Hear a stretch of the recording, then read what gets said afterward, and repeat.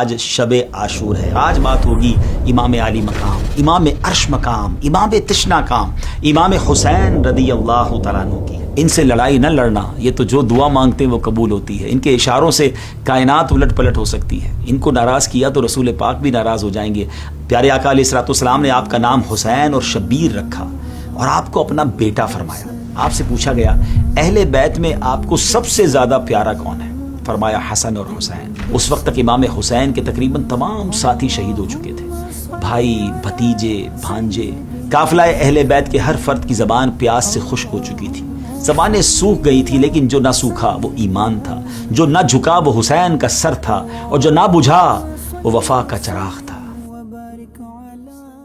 آج 10 محرم الحرام ہے، آج شب عاشور ہے، اور ہماری اس ویب سیریز کی بھی آج آخری ایپیسوڈ ہے، اور ویب سیریز کا نام ہے عظمت و شان اہل بیت رسول.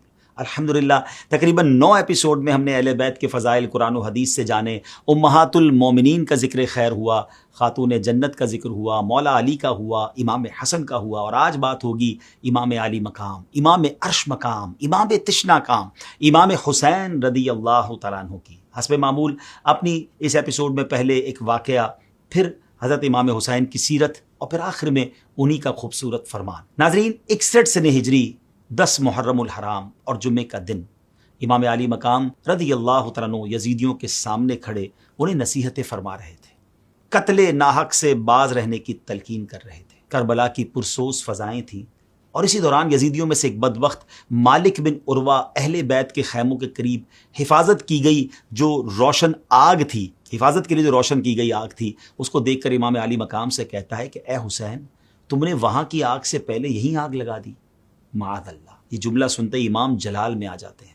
آپ رضی اللہ تعالیٰ عنہ اس سے فرماتے ہیں اے دشمن خدا، تو جھوٹا ہے، کیا تجھے یہ گمان ہے کہ معاذ اللہ میں دوزخ میں جاؤں گا؟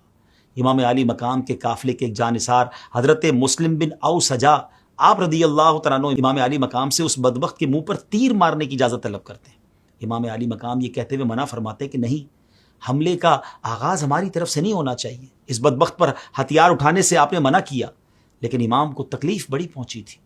آپ فزیکل ہتھیار اٹھانے کی اجازت تو آپ نے نہ دی، مگر خود ایک ہتھیار استعمال کیا. اور وہ کون سا ہتھیار ہے؟ وہ ہتھیار ہے جو ایک مومن کا سب سے پاورفل ہتھیار ہے، وہ ہے دعا.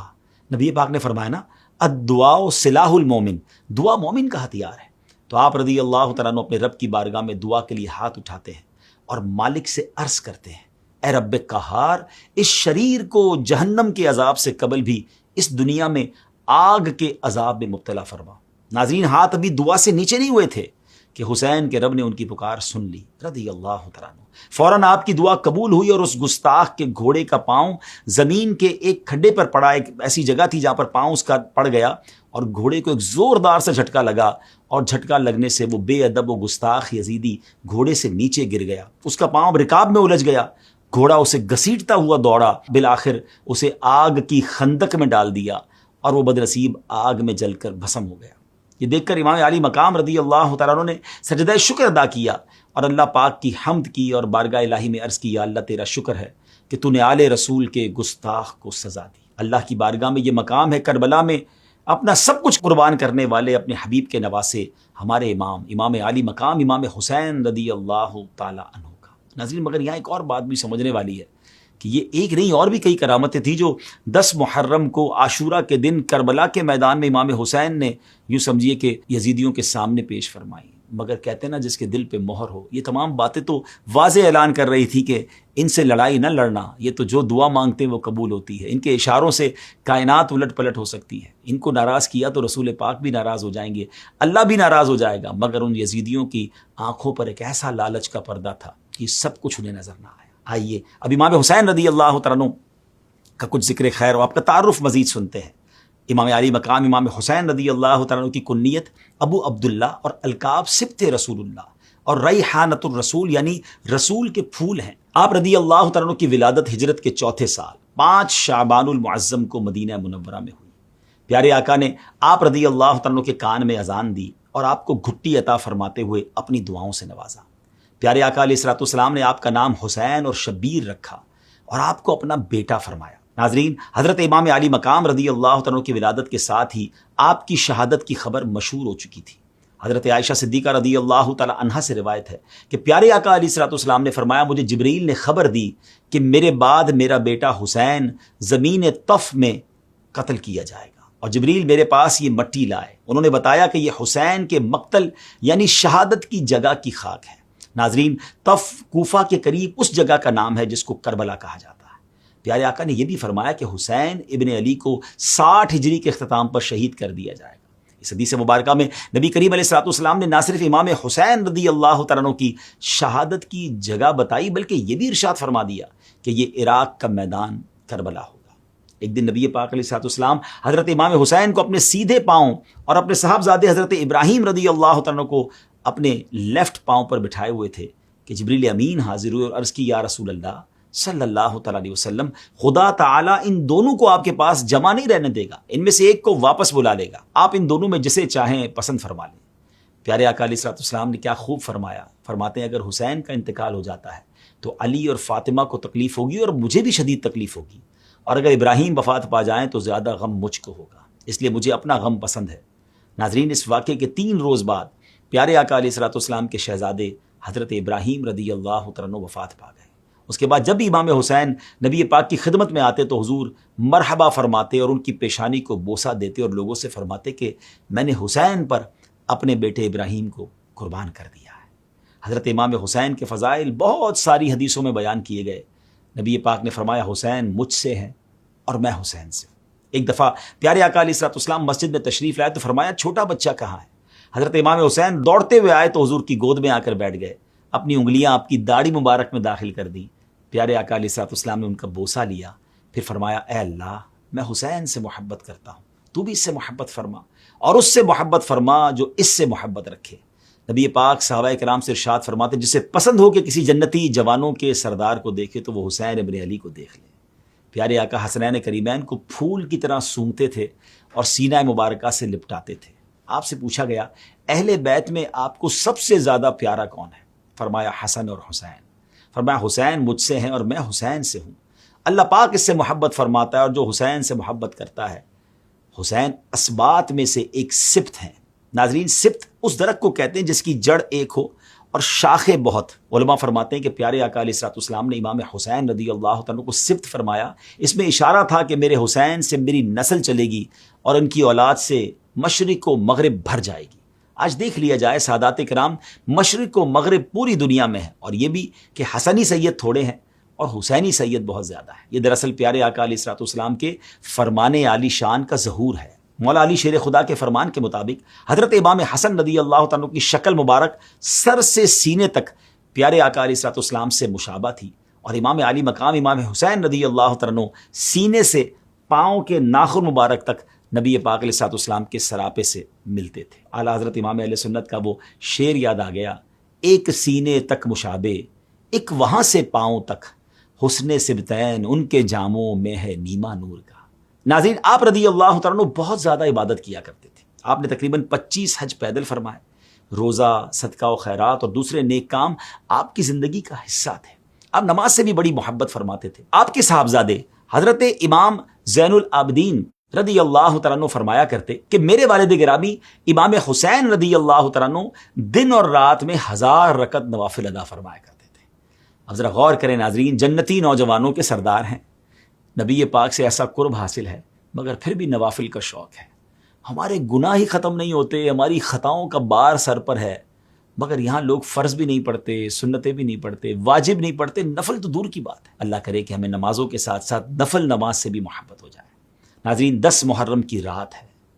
آپ رضی اللہ تعالیٰ عنہ اپنے پیارے بھائی جان حضرت عباس علم بردار رضی اللہ تعالیٰ سے فرماتے ہیں، بھائی جان کسی طرح یہ لڑائی کل تک ڈیلے ہو سکتی ہے۔ اب ذرا غور کریں، یہ ڈیلے کیوں مانگا جا رہا تھا؟ ایک دن کا اسٹے کیوں مانگا جا رہا تھا؟ اس لیے نہیں کہ فیملی کے ساتھ رات گزارنی ہے، کچھ وصیتیں کرنی ہے، کچھ مزید پلاننگ کرنی ہے۔ وجہ کیا تھی؟ کہتے ہیں آج کی رات ہمیں اللہ پاک کی عبادت کے لیے مل جائے۔ اللہ قریب خوب جانتا ہے کہ مجھے نماز، تلاوت قرآن اور کثرت کے ساتھ دعا مانگنا اور استغفار کرنا بہت پسند ہے۔ ذرا سوچے تو، بیوی بچے سب بھوکے پیاسے ہیں، معلوم ہے کہ یزیدی کتنے بدبخت ہیں، کیسے بد اخلاق، اور دشمن کی طرف سے رحم کی کوئی امید نہیں ہے، اور فکر اور خواہش کس چیز کی ہے کہ ایک رات اور مل جائے نماز کے لیے، عبادت کے لیے، مالک سے تعلق اور بڑھ جائے۔ اب ذرا غور کریں کہ یہ کیا کمال کی ہستی ہیں اور کیسا ان کا عبادت کا شوق تھا۔ ناظرین، آپ رضی اللہ عنہ اپنے نانا جان، اپنے والد اور بڑے بھائی کی طرح سخاوت میں بے مثال تھے۔ اللہ کی بارگاہ میں بانٹنا سیکھنا ہونا تو کوئی اس گھرانے سے سیکھے۔ شعر ہے نا کہ جو تم سے نہ مانگوں تو پھر کس سے مانگوں، تمہارا تو سارا گھرانہ سخی ہے۔ ایک مرتبہ ایک فقیر مدینہ پاک کی گلیوں سے ہوتا ہوا آپ کے مکان پر پہنچا اور اس نے دروازے پر دستک دی اور اشعار کی صورت میں کہا، جس نے آپ سے امید رکھی اور جس نے آپ کے دروازے پر دستک دی وہ کبھی نا امید نہیں ہوا۔ آپ صاحب جود و کرم بلکہ جود و سخاوت کے چشمے ہیں۔ اور جب یہ باتیں کہہ رہا تھا اس وقت آپ رضی اللہ عنہ گھر میں ہی نماز میں مشغول تھے۔ نماز ادا فرما کر آپ دروازے پر تشریف لائے تو دیکھا سامنے ایک دیہاتی کھڑا ہے جس کی شکل غربت اور بھوک کا اعلان کر رہی تھی۔ آپ نے اپنے غلام سے فرمایا، ہمارے خرچ میں سے کتنا مال بچا ہوا ہے؟ عرض کی حضور 200 درہم ہے جو آپ کے حکم کے مطابق آپ کے اہل خانہ پر خرچ کرنے ہیں۔ آپ نے فرمایا جاؤ سب لے آؤ، کیونکہ وہ شخص آیا ہے جو میرے گھر والوں سے زیادہ ان درہموں کا حقدار ہے۔ چنانچہ پھر آپ نے اپنے گھر والوں کے خرچ کے لیے رکھے گئے وہ سارے درہم اس فقیر کو دے دیے۔ صرف یہ نہیں کہ یہ درہم آپ نے اس فقیر کو دیے، فرمائے یہ لے لو اور ان کے کم ہونے پر میں تم سے معافی چاہتا ہوں۔ ہمیں ہر حال میں مہربانی ہی کا حکم ہے، یہ کم ہے اور اگر اور زیادہ ہوتے تو وہ بھی تمہیں دے دیتا۔ فقیر نے درہم لیے، آپ کو دعائیں دیتا ہوا، تعریفیں کرتا ہوا خوشی خوشی وہاں سے رخصت ہو۔ اس طرح ایک مرتبہ آپ رضی اللہ عنہ کی سواری کا گزر چند مساکین کے پاس سے ہوا۔ وہ بچے کھچے روٹیوں کے ٹکڑے کھا رہے تھے۔ آپ نے انہیں سلام کیا، مساکین نے سلام کا جواب دینے کے بعد آپ کو کھانے کی دعوت دی۔ جواب میں آپ رضی اللہ تعالیٰ عنہ نے 20ویں پارے میں سورہ قصص کی آیت نمبر 83 کا ایک حصہ تلاوت فرمایا، جس کا ترجمہ یہ ہے کہ جو زمین میں تکبر نہیں چاہتے اور نہ فساد۔ آیت تلاوت کر کے امام حسین اپنی سواری سے نیچے آ گئے اور ان کے ساتھ بیٹھ گئے کھانے کے لیے۔ جب کھانا تناول فرمایا تو اس کے بعد آپ نے ان مساکین سے ارشاد فرمایا، میں نے تمہاری دعوت قبول کی، اب تم نے میری دعوت قبول کرنی ہے۔ پھر آپ نے ان کے لیے سواری کا انتظام کیا، گھر لائے، کھانا کھلایا، کپڑے دیے، درہم عطا فرمائے، یعنی ان کو بس ماشاءاللہ جس کو کہتے ہیں نا کہ باغ و بہار کر دیا۔ آپ رضی اللہ تعالیٰ عنہ نے حسن سلوک کے اسباق اپنے نانا جان سے پڑھے تھے نا۔ ایک مرتبہ عصام بن مستلق نامی شخص جو کہ مولا علی شیر خدا کرم اللہ تعالیٰ وجہ الکریم سے بغض رکھتا تھا، یہ ایک مرتبہ امام علی مقام امام حسین کے سامنے آپ کو اور مولا علی کو برا بھلا کہنے لگا۔ آپ نے اس کو جھڑکنے یا جوابی کارروائی کرنے کے بجائے اعوذ باللہ اور بسم اللہ پڑھنے کے بعد قرآن پاک کی سورہ اعراف سے چند آیت مبارکہ تلاوت فرمائیں، جن کا ترجمہ یہ ہے، اے محبوب معاف کرنا اختیار کرو اور بھلائی کا حکم دو اور جاہلوں سے منہ پھیر لو، اور اے سننے والے اگر شیطان کی طرف سے کوئی وسوسہ تجھے ابھارے تو اللہ کی پناہ مانگ، بے شک وہی سنتا جانتا ہے۔ بے شک وہ جو ڈر والے ہیں جب انہیں کسی شیطانی خیال کی ٹھیس لگتی ہے تو وہ ہوشیار ہو جاتے ہیں، اسی وقت ان کی آنکھیں کھل جاتی ہیں۔ آیات تلاوت فرمانے کے بعد آپ نے اس سے فرمایا، اپنے اوپر بوجھ ہلکا رکھ اور میں اللہ سے تیرے لیے اور اپنے لیے مغفرت کا سوال کرتا ہوں۔ اس کے علاوہ آپ رضی اللہ تعالیٰ عنہ نے اس کے ساتھ اس قدر عفو و درگزر، نرمی و خوش اخلاقی سے انداز اختیار کیا کہ اس شخص کی دشمنی ایک دم محبت میں تبدیل ہو گئی اور وہ کہنے پر مجبور ہو گیا کہ روئے زمین پر امام حسین رضی اللہ تعالیٰ عنہ اور ان کے ابو جان حضرت علی سے زیادہ میرے نزدیک کوئی محبوب نہیں۔ ناظرین، یہ وہ انداز ہے جو مجھے اور آپ کو سیکھنا ہے۔ دشمن کو دوست بنایا جا سکتا ہے، دشمنی کے ذریعے نہیں، حسن اخلاق کے ذریعے، معافی اور درگزر کے ذریعے، اچھی تدبیر اور احسان کے ذریعے۔ اللہ کرے یہ بات ہمیں سمجھ آ جائے۔ ناظرین، امام علی مقام امام حسین رضی اللہ تعالیٰ عنہ اپنے والد گرامی حضرت مولا علی شیر خدا سے بے حد پیار کرتے تھے۔ اسی وجہ سے آپ نے اپنے تمام بیٹوں کے نام علی رکھے تھے۔ ہاں، بڑے شہزادے کا نام علی اکبر، ان سے جو چھوٹے تھے ان کا نام امام زین العابدین، مشہور تو امام زین العابدین کے نام سے ہیں، مگر ان کا اصل نام علی اوسط رضی اللہ تعالیٰ عنہ ہے، اور سب سے چھوٹے شہزادے حضرت علی اصغر رضی اللہ تعالیٰ عنہ ہیں۔ امام زین العابدین کے علاوہ آپ کے دونوں شہزادے اپنے ابو جان امام علی مقام کے ساتھ میدان کربلا میں شہید ہو گئے تھے۔ علی اکبر بھی بھری جوانی میں شہید ہو گئے، اور علی اصغر بالکل چھوٹے سے تھے، دودھ پیتے تھے، وہ بھی شہید ہو گئے۔ ناظرین، حضرت امیر معاویہ رضی اللہ تعالیٰ عنہ کی وفات کے بعد یزید خلیفہ بنتا ہے اور چاہتا ہے کہ سب اس کی خلافت کو تسلیم کریں۔ سوچتا ہے کہ امام علی مقام امام حسین اگر اس کے ہاتھ پر بیعت کر لیں تو یہ اس کے اہل ہونے کی سند ہو جائے گی اور پھر دوسروں کے لیے اعتراض کا راستہ بند ہو جائے گا۔ سو امام علی مقام سے بیعت کا مطالبہ کیا جاتا ہے۔ اب یہ کیسے ممکن تھا کہ پیارے آقا علیہ الصلوۃ والسلام کے نواسے ہو کر، مولا علی شیر خدا کے شہزادے ہو کر اس بدبخت و ظالم فاسق و فاجر کے ہاتھ پر بیعت ہو جاتے؟ آپ منع فرما دیتے ہیں۔ ساتھ ہی کوفیوں کی طرف سے آپ کے پاس ہزاروں خط آتے ہیں کہ آپ یہاں تشریف لائیں، ہم آپ کے ہاتھ پر بیعت کرنا چاہتے ہیں۔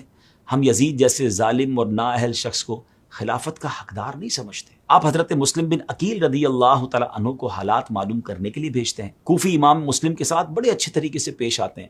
یہ دیکھ کر آپ رضی اللہ تعالیٰ عنہ امام کو پیغام بھیج دیتے ہیں کہ یہ اپنے دعووں میں سچے ہیں، میری بھی بیعت کر لی ہے، آپ بھی تشریف لے آئیں۔ خط روانہ ہوتا ہے اور یہاں پیچھے سے یزید ابن زیاد کو کوفہ بھیج دیتا ہے۔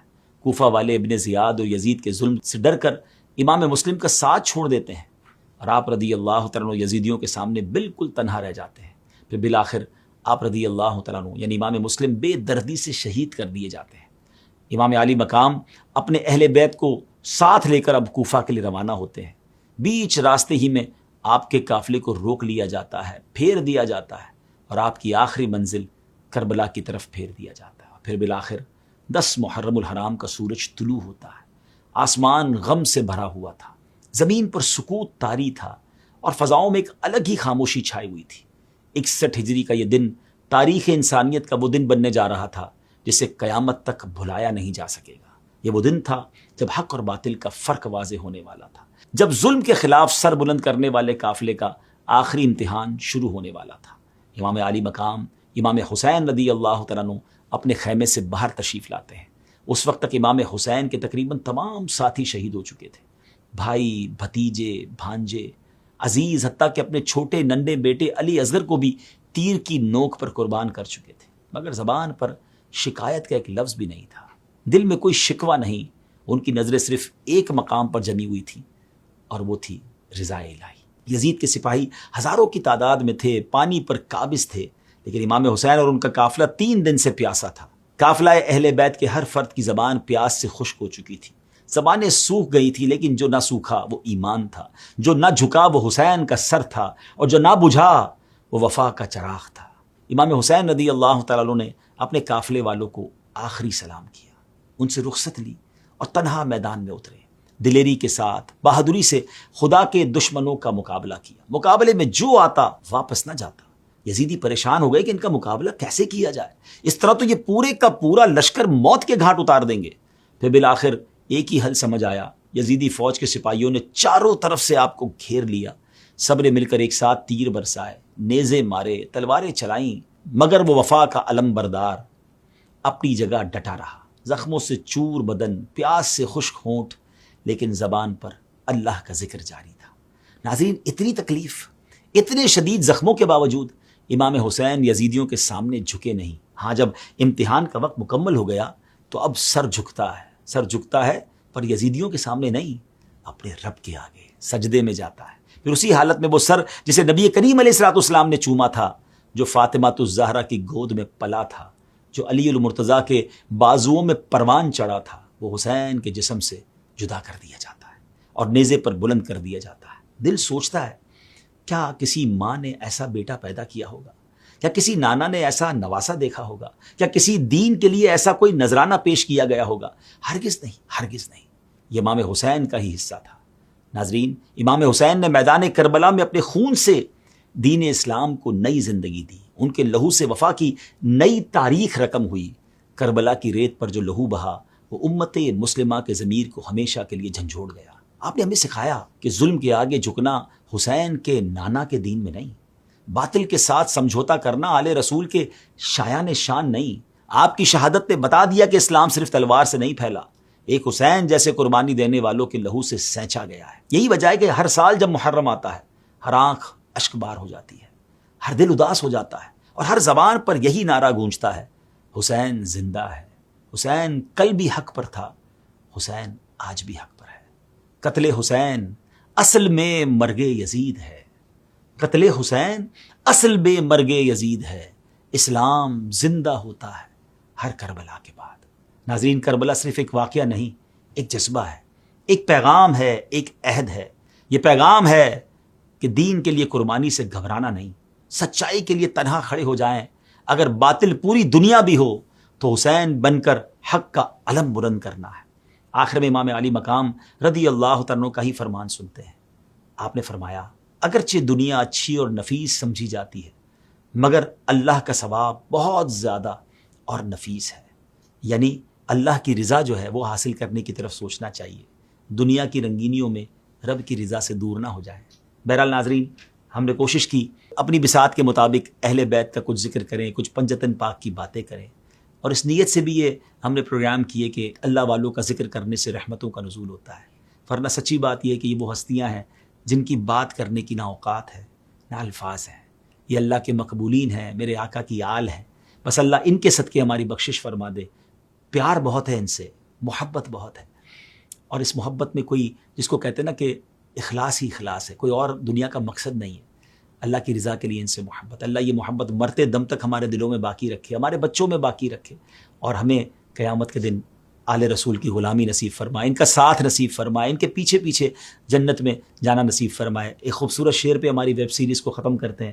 دو جہاں میں خادم آل رسول اللہ کر. اللہ اس دنیا میں بھی اور آخرت میں بھی اگر ان کی نوکری عطا فرما دے تو اس سے اچھی کیا نوکری ہوگی.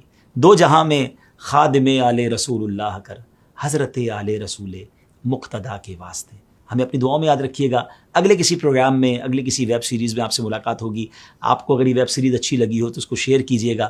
ہم چاہتے ہیں کہ اہل بیت کی محبت ہماری آنے والی نسلوں میں بھی بڑھتی چلی جائے، تو آپ بھی ہمارا اس میں ساتھ دیجیے. اور دعوت اسلامی کے جو بھی آفیشیل اکاؤنٹس ہیں ان کو آپ لائک کیجیے، سبسکرائب کیجیے، شیئر کیجیے، اور نیکی کی دعوت میں ہمارا ساتھ دیجیے. صلو علی الحبیب صلی اللہ تعالی علی محمد صلی اللہ علیہ وسلم.